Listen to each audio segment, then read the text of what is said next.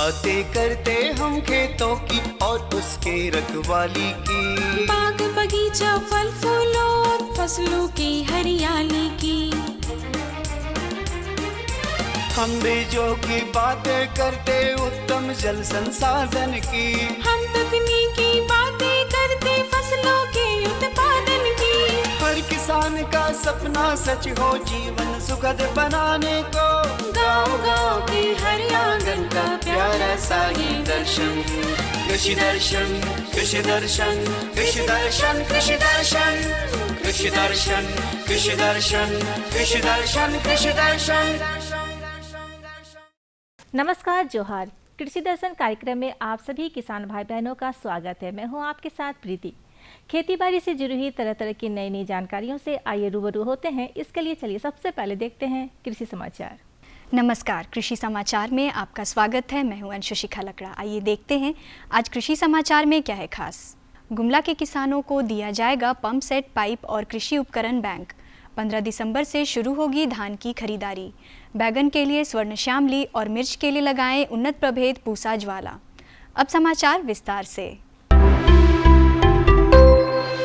गुमला जिला के किसानों को पंप सेट, पाइप और छोटे कृषि उपकरण बैंक के लिए अनुदान देने की योजना है।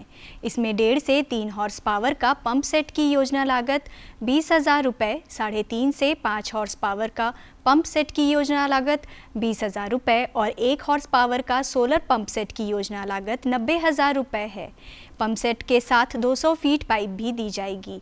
इन सभी पर 90% अनुदान देने का प्रावधान है। इन योजनाओं से लाभ लेने के लिए जिला भूमि संरक्षण कार्यालय गुमला में 10 दिसंबर तक आवेदन दे सकते हैं।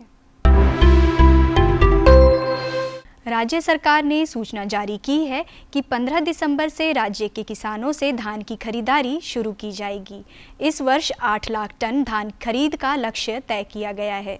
धान बिक्री के लिए 2,74,000 किसानों ने रजिस्ट्रेशन कराया है। अभी ऑनलाइन रजिस्ट्रेशन की प्रक्रिया चल रही है।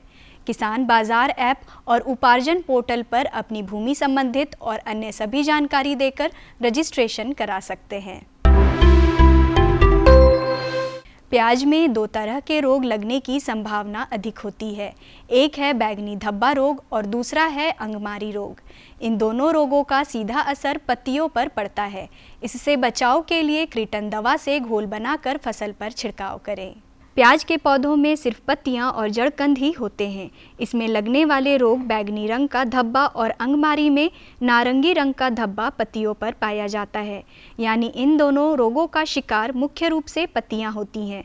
पत्तियां रोगग्रस्त होंगी तो पौधों के शेष भाग को ठीक से भोजन नहीं मिल पाएगा और पौधे मुरझाकर मर जाएंगे। इसीलिए इन रोगों के निदान के लिए अविलंब दवा का छिड़काव करें।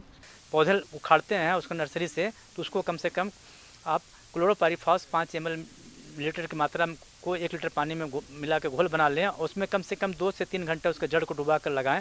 तो इससे क्या होता है कि शुरू के 30 दिन में आपको कोई थ्रिप्स का या कोई भी रस चूसने वाले कीट का प्रकोप से बचा जा सकता है।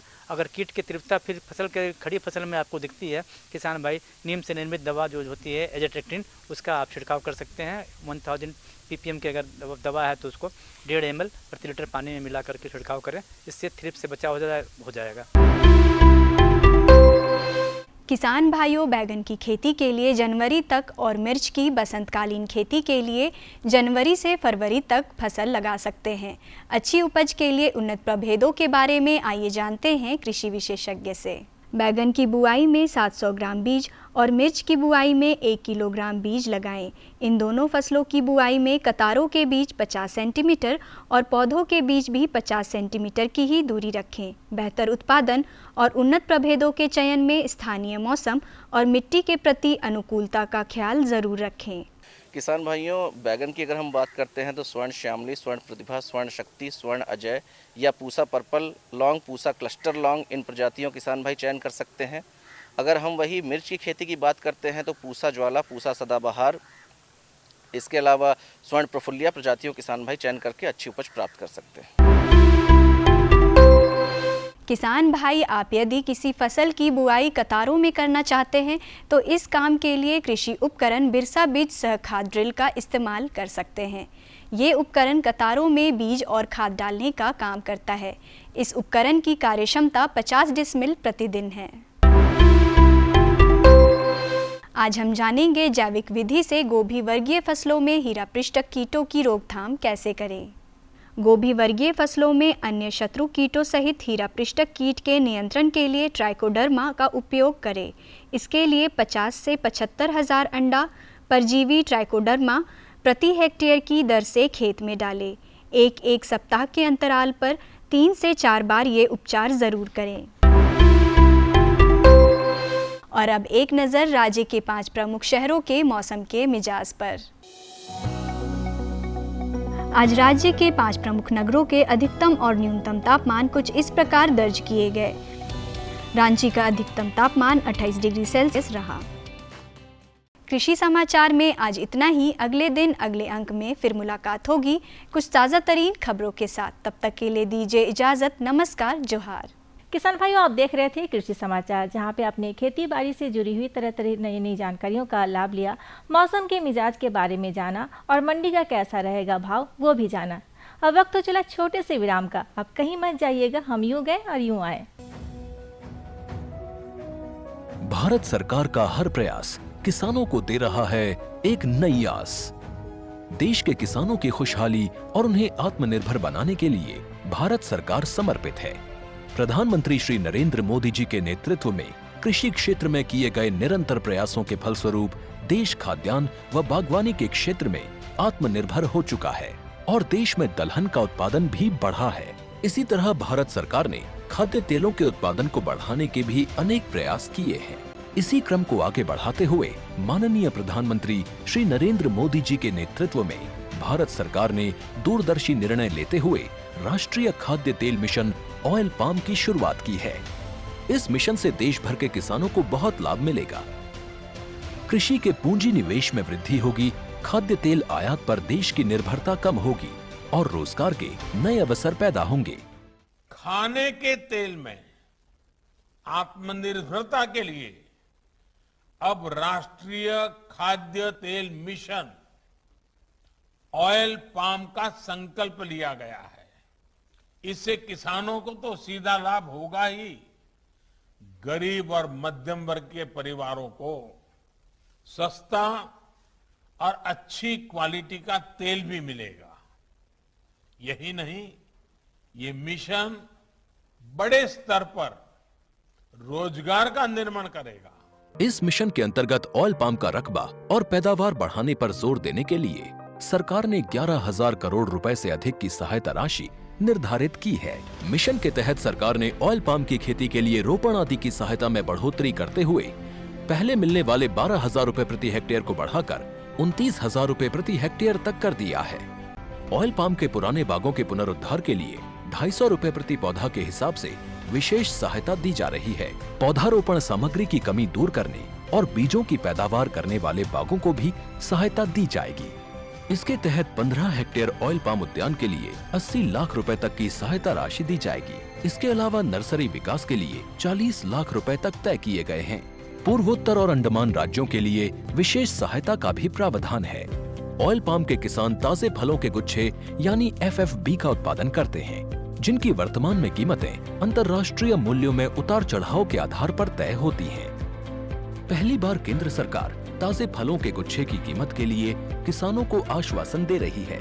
ये व्यवहार्यता मूल्य यानी VP कहलाएगा, यानी किसानों को कोई घाटा नहीं होने दिया जाएगा। व्यवहार्यता मूल्य VP तय करने की शुरुआत 1 नवंबर से होगी और अगले वर्ष 31 अक्टूबर तक जारी रहेगी। इसे ऑयल पाम वर्ष कहा जाएगा। इस योजना के तहत वर्ष 2025-26 तक ऑयल पाम का रकबा 6.5 लाख हेक्टेयर सृजित करने और कच्चे ऑयल पाम की पैदावार वर्ष 2025-26 तक 11.20 लाख टन पहुंचाने का लक्ष्य निर्धारित किया गया है। सरकार के इस महत्वपूर्ण निर्णय से देश में ऑयल पाम की खेती करने वाले किसानों में विश्वास पैदा होगा और वे खेती का रकबा बढ़ाएंगे। इस तरह पाम ऑयल का उत्पादन भी बढ़ेगा, जिससे किसानों की आय बढ़ेगी और ग्रामीण अर्थव्यवस्था भी सुदृढ़ होगी।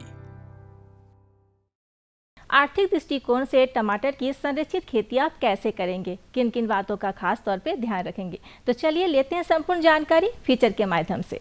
किसान भाइयों, टमाटर एक ऐसी फसल है जिसकी खेती सालों भर की जा सकती है। अपने झारखंड प्रदेश में ऐसा देखा जाता है कि प्रायः बरसात और जाड़े के मौसम में इसका उत्पादन क्षमता अनुरूप नहीं हो पाता है।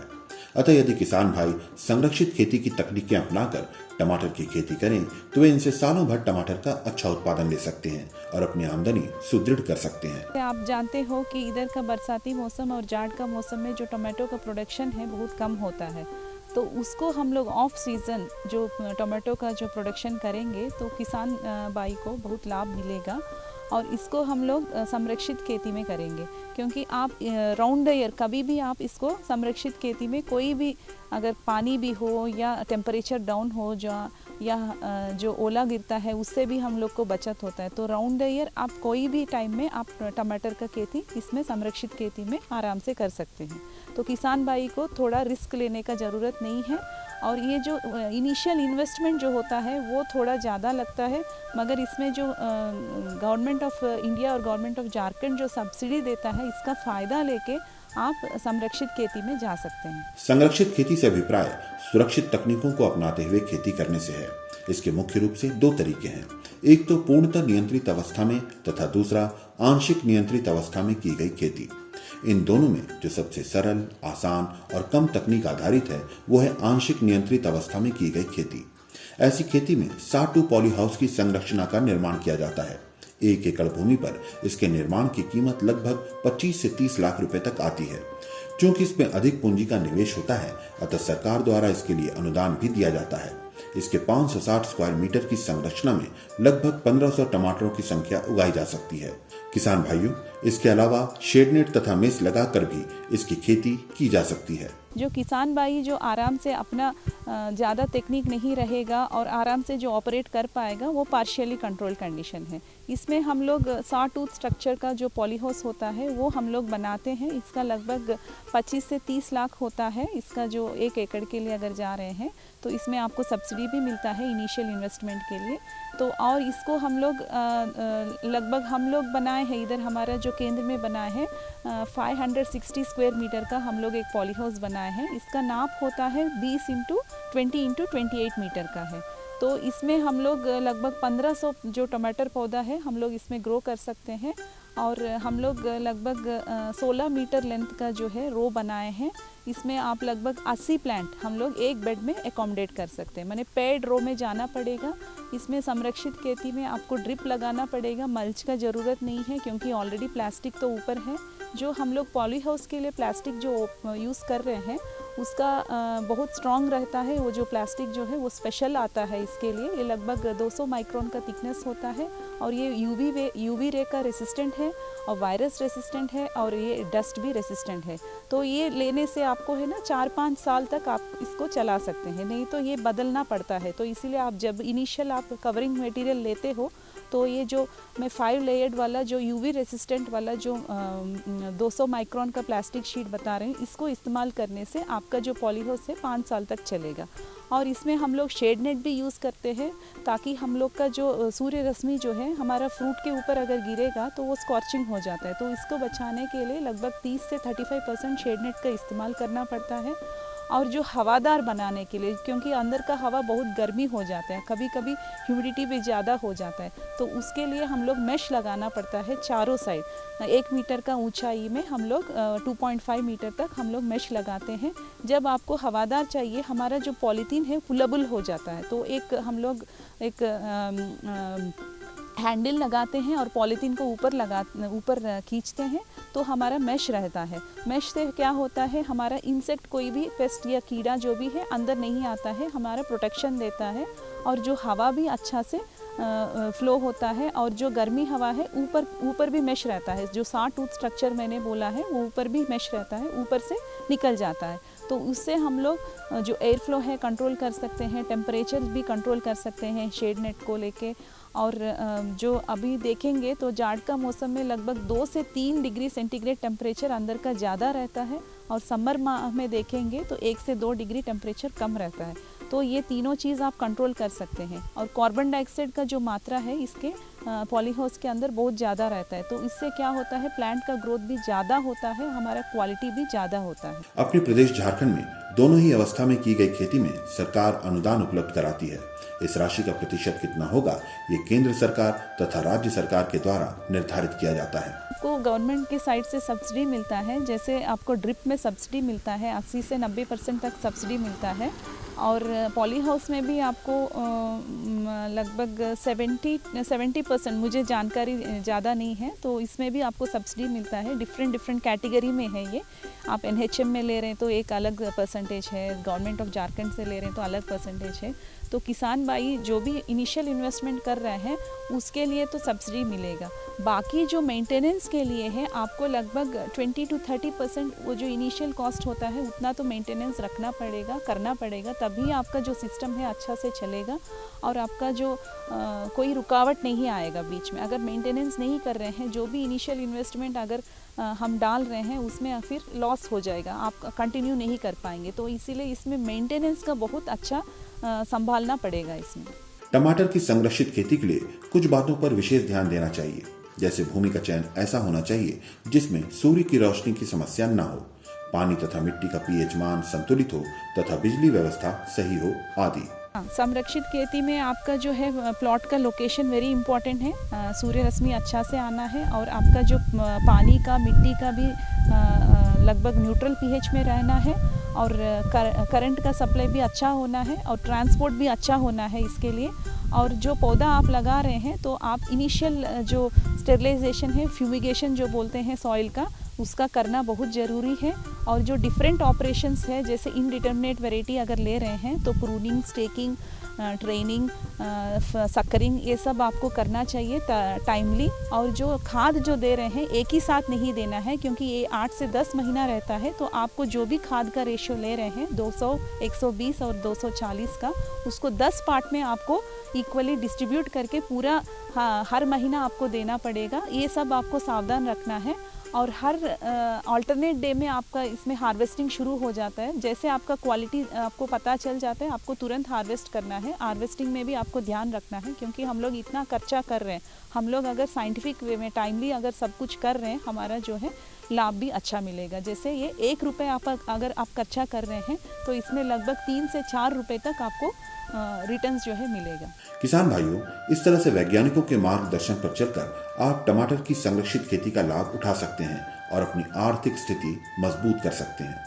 आज हम चर्चा करने वाले हैं फलों के बारे में, और वो भी अमरूद फल के बारे में। जी हाँ, तो फलों में लगने वाले वो कीट नियंत्रण आप कैसे करेंगे, खास तौर पे अमरूद फल में लगने वाले कीट का नियंत्रण आप कैसे करेंगे, किन किन बातों का खास तौर पे आपको ध्यान रखना होगा ताकि अच्छी उपजाऊ मिले और मुनाफा भी खास हो। तो चलिए देर न करते हुए संपूर्ण जानकारी लेते हैं फीचर के माध्यम से।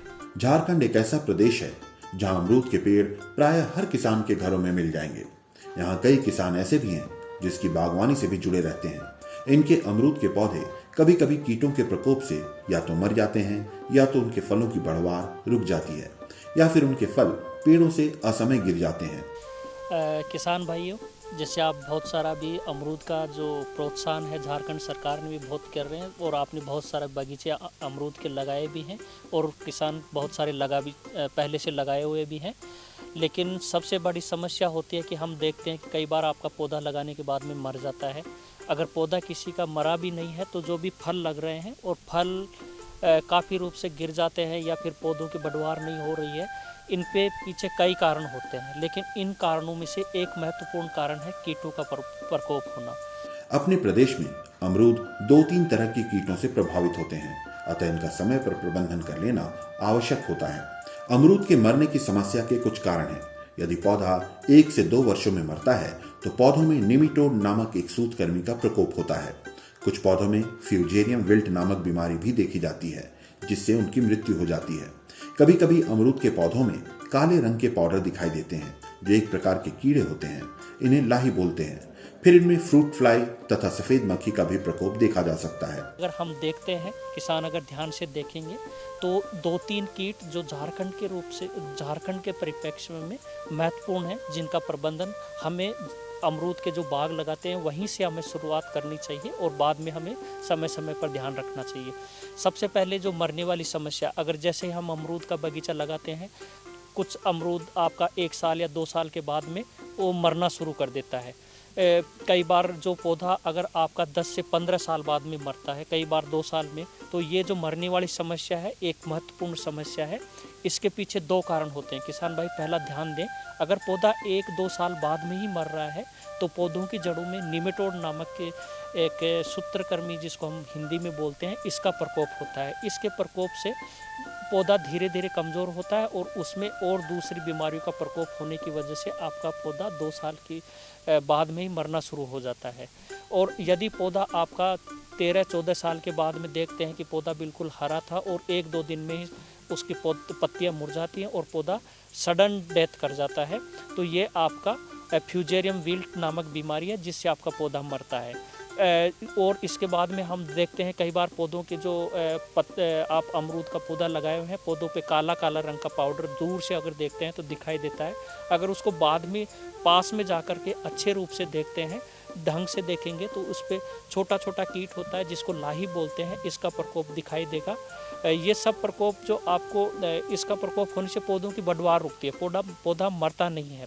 लेकिन कई बार हम देखते हैं कि जो पौधे आपके 10 से 12 साल के हो चुके हैं, बहुत सारे किसानों की समस्या आती है, अगर उनका तना या जो शाखाएं निकली हुई हैं वहाँ पर एक रिबन जैसा आपको फ्रास दिखाई देगा, बहुत सारा उसका कीट का जो एक्सक्रीटा है उसको बना करके दिखाई देगा। अगर उसको हटा के देखते हैं तो उसमें छेद दिखाई देगा। यह कीट पौधे की छाल को खाता है, जिसको हम बार कैटरपिलर बोलते हैं, और तने में या जगह जगह जो टहनियाँ होती हैं उसमें सुरंग बना करके उसके अंदर छिपा हुआ रहता है। इस कीट से बहुत ज़्यादा पौधे की बढ़वार रुक जाती है और पौधा मरना शुरू कर देता है। इसके साथ में एक और कीट जो बहुत महत्वपूर्ण है, स्पेशली जो बरसाती खेती करते हैं उसमें भी बहुत देखा गया है कि पूरा फल सड़ कर के नीचे गिर जाता है और उसमें सफ़ेद रंग का पिल्लू होता है। इस कीट को हम फ्रूट फ्लाई या फल मक्खी बोलते हैं, जिसके प्रकोप से फल खाने लायक नहीं रहता है और पूरे साल भर की मेहनत आपकी खराब हो जाती है। ऐसे कीटों के प्रकोप से बचने के लिए कुछ सावधानियां बरतना बेहतर होता है। इसके लिए पौधों को प्रमाणित नर्सरी से खरीदना बेहतर होता है। फिर निमेटोड के प्रकोप से बचने के लिए पौधे लगाते वक्त गड्ढे की खुदाई तथा उसमें उपयोग होने वाली दवाएं जैसे कार्बोफ्लोरान, नीम खल्ली आदि की मात्रा का ध्यान रखें। जैसे नीम, अगर मैंने बात बताई आपको कि अगर नीम आधारित आप जो खल्ली डालते हैं तो दीमक का प्रकोप भी कम हो जाता है। पौधा लगाते समय ही गड्ढों में आप उसका नीम की खल्ली ज़रूर डालें और उसके साथ में ध्यान रखें कि जहाँ पे निमेटोड और दीमक की समस्या ज़्यादा है वहाँ पे क्लोरपाइरिफॉस डस्ट 20 से 30 ग्राम प्रति पौधा प्रति गड्ढा जरूर बुआई के समय में आप इसको डालें। किसान भाइयों, नीम की खल्ली से निमेटोड का प्रकोप बहुत कम हो जाता है। इसके अलावा यदि निमेटोड तथा दीमक का प्रकोप बहुत अधिक है तो क्लोरोपाइरिफॉस डस्ट का 20 से 30 ग्राम प्रयोग पौधों के प्रत्येक गड्ढे में करना चाहिए। देखिए, सबसे पहला है कि अगर आपको पौधों की जहाँ पे आप पौधा लगाते हैं इसमें जो आप कहाँ से आप नर्सरी से आपने पौधों का सिलेक्शन किया है। बहुत बार देखने को मिला है कि जो पौधा अगर आप उत्तर प्रदेश से या जहाँ पर निमेटोड की संख्या प्रकोप ज़्यादा है, अगर वहाँ का पौधा ला करके लगा रहे हैं तो उसमें निमेटोड साथ में उसका प्रकोप साथ में आ जाता है। फल मक्खी जैसे कीट के प्रकोप से बचने के लिए किसानों के लिए समेकित कीट प्रबंधन का रास्ता अपनाना बेहतर होता है। फेरोमोन ट्रैप लगाना इसके लिए एक बेहतर विकल्प है। इसके अलावा स्पाइनोशेड नामक कीटनाशी दवा का प्रयोग करना भी कीटों से बचने का एक बेहतर उपाय है। किसान भाई, फल मक्खी की समस्या के लिए अगर हम आपको बोलेंगे कि आप रासायनिक कीटनाशकों का प्रयोग करें तो इस कीट की जो संभावना है उसमें काफ़ी हद तक आप इसमें कामयाब नहीं होंगे। लेकिन अगर समेकित कीट प्रबंधन करते हैं तो बहुत सारा आपको इससे निदान मिल सकता है। लेकिन कैसे करेंगे, पहले ध्यान दें, जैसे ही आपका फल जहाँ पर थोड़ा सा पकने की तरफ जा रहा है उससे पहले से आप अपने बगीचों में मिथाइल यूजिनोल बेस्ड जो ट्रैप्स होती हैं, फिरामोन ट्रैप्स, इनका प्रयोग करें। कितना लगाना होगा प्रति 10 पौधे पे एक फिरामोन ट्रैप आपको लगानी है और उसको 20 से 25 दिन के अंतराल पे आपको बदलना है। ये फिरामोन ट्रैप आप लगाइए। इसके साथ में अगर आपका थाई गुआवा है, बड़े वाला गुआवा है, तो बहुत सारा मार्केट में इसको कवर करने के लिए आते हैं, जिसमें आपका फल मक्खी अंडे नहीं दे पाएगी। और अंडों को और रोकने के लिए जैसे ही आपका फल पकने की तरफ जा रहा है, तुड़ाई से 15 से 20 दिन पहले 1 या 2 बार आप स्पाइनोसेड या स्पिनटोर जो नामक कीटनाशक है उसका 1 या 2 छिड़काव करें। ये 1 ml दवा को 3 लीटर पानी में मिलाकर इसका छिड़काव करें। इसके साथ में फल बिल्कुल ज़्यादा पकने के लिए अमरूद पर नहीं छोड़े, उससे पहले ही तोड़ लें, क्योंकि उसके बाद में उसका फल मक्खी का जो आक्रमण है बहुत ज़्यादा होता है। तो इसलिए ये भी ज़रूर ध्यान रखें। और जो नीचे गिरे हुए फल हैं, सबसे महत्वपूर्ण बात यह है कि जो नीचे गिर गए हैं उन फलों को इकट्ठा करके नष्ट करें, क्योंकि यहीं से फिर बार बार आपका संक्रमण ज़्यादा मल्टीप्लाई करता है। कीटनाशकों का प्रयोग आवश्यकता अनुसार ही करना चाहिए तथा फलों की तुड़ाई से 15 दिन पूर्व इसका प्रयोग नहीं करना चाहिए। जैसे कि हम बात कर रहे थे कि जब अगर आपको आवश्यक हो तभी कीटनाशकों का प्रयोग करें, और कीटनाशकों का अगर ज़रूरत हो तो 10 से 15 दिन, तुड़ाई से 10 से 15 दिन पहले तक कोई छिड़काव न करें। और जहाँ अगर छिड़काव की ज़रूरत है तो जो सेफ, जिनको ग्रीन इंसेक्टिसाइड बोलते हैं, जैसे स्पाइनोसेड है या स्पिनटोर, इनका ही प्रयोग करें। इससे आपका फल खाने लायक रहेगा और उसमें पेस्टिसाइड का जो मात्रा है वो कम रहेगी। इस तरह से वैज्ञानिकों द्वारा बताए गए मार्ग पर चलकर समेकित कीट प्रबंधन कर अमरूद को कीटों के प्रकोप से बचाया जा सकता है और उसका अच्छा उत्पादन लिया जा सकता है। तो किसान भाइयों, ये थी अमरूद फसल में लगने वाले कीट नियंत्रण आप कैसे करेंगे। उम्मीद है इन जानकारियों का आपको भरपूर लाभ भी मिलेगा। आज के अंक में मिली हुई जानकारियों का आपको कैसा लाभ मिला और आपको हमारा कार्यक्रम कैसा लग रहा है, इसके लिए आप हमें खत लिख सकते हैं। जी हाँ, इसके लिए चाहिए आपको हमारा पता, तो देर न करते हुए फटाफट नोट कीजिए हमारा पता। हमारा पता कार्यक्रम कृषि दर्शन, कृषि प्रकोष्ठ, द्वारा केंद्र निर्देशक, दूरदर्शन केंद्र, रातू रोड, रांची, पिन संख्या 834001। इसी के साथ आप कभी भी कहीं भी, या यूं कहें कि खेतों में काम करते हुए हमारे इस कार्यक्रम को देख सकते हैं यूट्यूब के माध्यम से। साथ ही आप हमारे फेसबुक के साथ भी जुड़ सकते हैं। आज के अंक के लिए बस इतना ही। अगले अंक में बहुत जल्द होगी मुलाकात कुछ नई जानकारियों के साथ। तब तक के लिए देखते रहिए कृषि दर्शन और हमें दीजिए इजाज़त। नमस्कार, जोहार।